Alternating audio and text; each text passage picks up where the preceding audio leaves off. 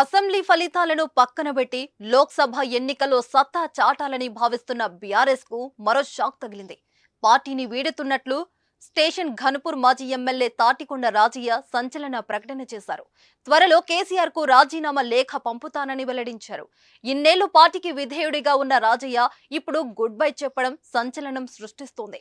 Assembly ఎన్నికలో ticket దక్కించుకోలేకపోయిన రాజయ్యకు MP ticket పై కూడా clarity లేకపోవడంతో పార్టీ నుంచి బయటికి వస్తున్నట్లు తెలుస్తుంది. గజం కేవలం 15,500 రూపాయలతో 150 గజాల భూమి కేవలం 23 లక్షలు మాత్రమే.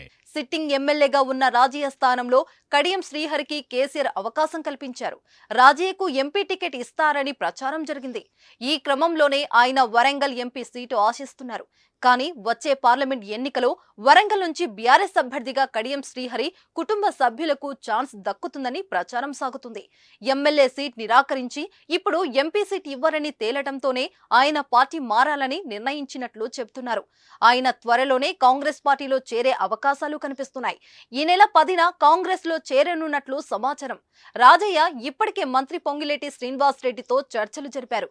సీఎం రేవంత్ రెడ్డి సమక్షంలో ఆయన కాంగ్రెస్ లో చేరే అవకాశం ఉంది.